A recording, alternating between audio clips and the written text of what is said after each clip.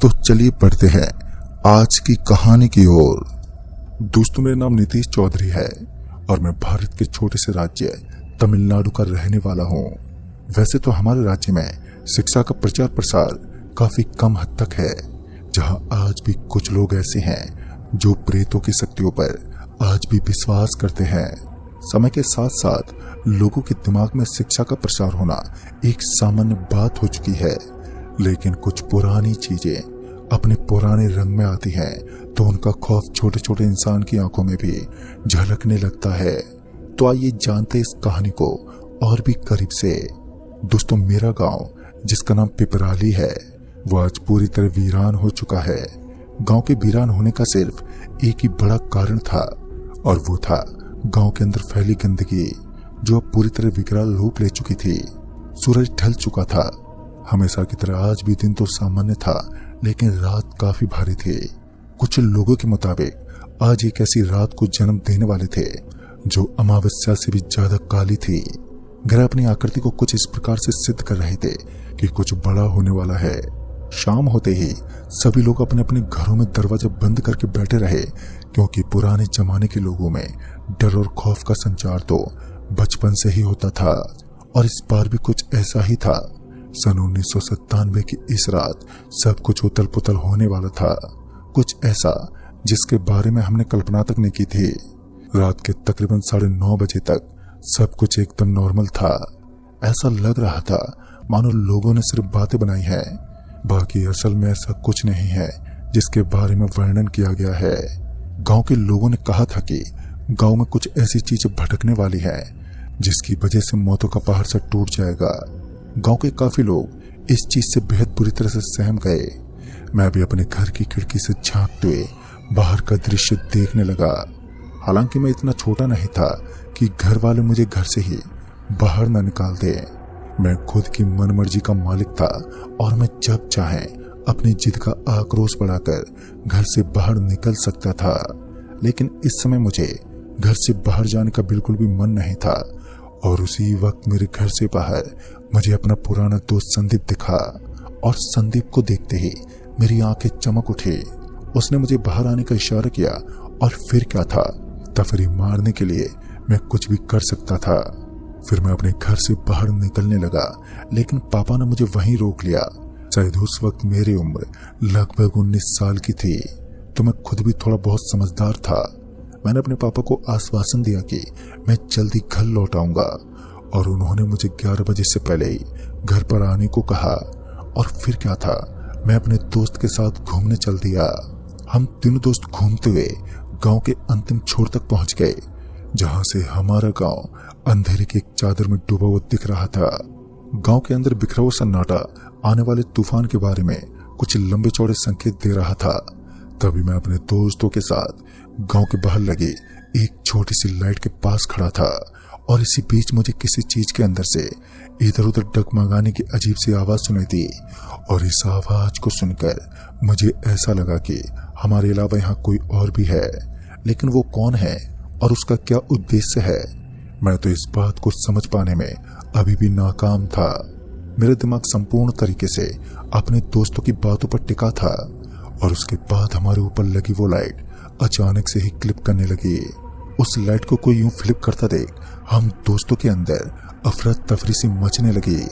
मैं अपने दोस्त के कान में कहने लगा, यार मुझे कुछ अजीब लग रहा है, क्योंकि आज से पहले मैंने कभी भी इस तरीके का एहसास नहीं किया।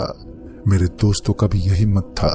हम तीनों दोस्तों को थोड़ा बहुत ऐसा अजीब तो हुआ, लेकिन हमने नजरअंदाज कर दिया और फिर आपस में यूं ही बातचीत करने लगे। बातचीत करते समय संदीप ने कहा, अरे भाई तेरे को पता है ना, आज मैंने एक लड़की को प्रपोज कर दिया। उसकी क्यूट सी स्माइल मुझे बड़ी ही पसंद है यार। अरे उसका वो मासूम सा चेहरा और साथ ही उसके काले काले कपड़े। संदीप के इतने कहते ही कुछ अजीब सा हुआ और उसके साथ ही सब कुछ एकदम से थमने लगा। आंधी और तूफान का एक नजारा सा देखने को मिला। दरअसल एक तेज हवा के झोंके ने सब कुछ एकदम से बदल दिया। हम सभी के मन में एक डर सा उत्पन्न होने लगा। जब वो सारा नजारा एकदम शांत हुआ, तब मैंने देखा कि मुझे बिल्कुल भी अपने सामने की तरफ काले रंग के कपड़े पहने एक लड़की दिखी। उस लड़की का पहनावा थोड़ा अजीब था। लेकिन देखने में वो लड़की बड़ी खूबसूरत लग रही थी। मैं उसे एक पल की खातिर देखता रहा, लेकिन उसके बाद जब उसने अपना मुंह मेरी तरफ फेरा तो मेरे शरीर के रोंगटे खड़े हो गए। उसके मुंह की जगह एक कंकाल नजर आ रहा था। उसका पूरा शरीर हड्डियों से भरा पड़ा था। उस लड़की की एक एक हड्डी मुझे अपनी आंखों से साफ झलक रही थी। ऐसा लग रहा था मानो सालों से उसने खाना ग्रहण ही नहीं किया। वो एकटक हम सभी को अब घूरने लगी थी और फिर एक डरावनी हंसी के साथ बोली, तुम सभी गंदी मौत मरोगे। तुमने एक ऐसी रात को चुना है जो न केवल तुम्हारी जान लेगी बल्कि तुम्हें एक दर्दनाक मौत भी देगी। इतने में उस लड़की के पीछे भूतों की एक विशाल सी टोली दिखी। ऐसा लग रहा था मानो सभी के सभी भूत आज इकट्ठा होकर गांव में कुछ बड़ा करने वाले हैं। उन सभी भूतों में एक बात कॉमन थी कि उनका आधा शरीर तो नजर आ रहा था, लेकिन आधे शरीर का सिर्फ कंकाल था। उनके पेट के नीचे का पूरा शरीर एकदम इंसान की तरह ही बना हुआ था। उस वक्त मुझे भी अपने आप पर गुस्सा आने लगा। पापा के मना करने के बावजूद भी किसी तरह मैं यहाँ तक पहुंचा था और मैं सीधे तरीके से मौत के मुंह में आ गया। यह एक ऐसा खौफनाक दृश्य था जो मेरी जिंदगी में एकमात्र डरावना सीन था। उस दौरान मैं पीछे मुड़ा और जिस तरफ चाहा भागने की कोशिश करने लगा, लेकिन फिर मुझे ऐसा लगने लगा कि कोई मेरे कंधे पर बैठ चुका है। वजन इतना ज्यादा भारी था कि मैं अपनी संपूर्ण शक्ति का प्रदर्शन करने के बावजूद भी अपनी जगह से हिलडुल पाने में पूरी तरह से नाकाम था। संदीप ने मुझे आवाज देते हुए कहा, मेरा हाथ पकड़ लो। जब हम सभी एक साथ रहेंगे तो ये हमारा कुछ नहीं बिगाड़ पाएंगे। और हाँ, याद से सभी लोग भगवान का स्मरण करते रहना। हम सभी दोस्तों ने वही किया, लेकिन आज होनी को कुछ और ही मंजूर था। उन सभी प्रेतों के ऊपर खबड़ पांव हमारी तरफ बढ़ने लगे और उसके बाद उन्होंने हमारे ऊपर अटैक कर दिया। दरअसल हमें ऐसा लगा कि कोई चीज हवा में उड़कर हमारे ऊपर गिर गई। हम तीनों दोस्त एक साथ नीचे गिरे, लेकिन अभी भी हम तीनों ने एक दूसरे के हाथ कसकर पकड़ रखे थे। उस समय मेरा दिमाग सटक चुका था, लेकिन मैं अपने आप को संभालने लगा और साथ ही अपने सभी दोस्तों को वहां से निकलने का कोई ना कोई सुझाव देने का प्रयास करने लगा। लेकिन तब तक भूतों की वो टोली वहां से गायब हो चुकी थी। मुझे थोड़ी राहत की सांस तो जरूर मिली, लेकिन साथ ही साथ डर इस बात का था कि कहीं वो दोबारा प्रकट ना हो जाए। हम तीनों वहां से भागने लगे, लेकिन उसी समय हमने देखा कि हम एक गहरे कुएं के अंदर गिर चुके हैं और वो कुआं इतना ज्यादा गहरा था कि हम सोच भी नहीं सकते और उस कुएं से बाहर निकलने का कोई रास्ता भी नजर नहीं आ रहा था जिसके कारण हम अपनी जान बचा सके। फिर सब हमने एक बार ऊपर की तरफ देखा तो हमने पाया कि कुछ शैतान उल्टे लटके हुए थे जिनकी डरावनी आंखें लगातार हमें ही देख रही थी।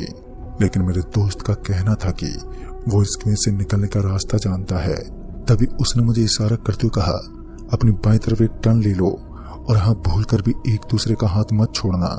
हमारा वो दोस्त एक ब्राह्मण परिवार से बिलोंग करता था, जिस वजह से मंत्रों के उच्चारण के साथ साथ वो भूत प्रेत से पीछा छुड़ाना भी जानता था। शायद वो हमारी एक बहुत बड़ी जीवन बचाने की एक किरण थी। लेकिन दूसरी ओर हमारे एक दोस्त संदीप बुरी तरह से घबराया हुआ था और अब उसके हाथ पांव पूरी तरह से काम करना बंद कर चुके थे।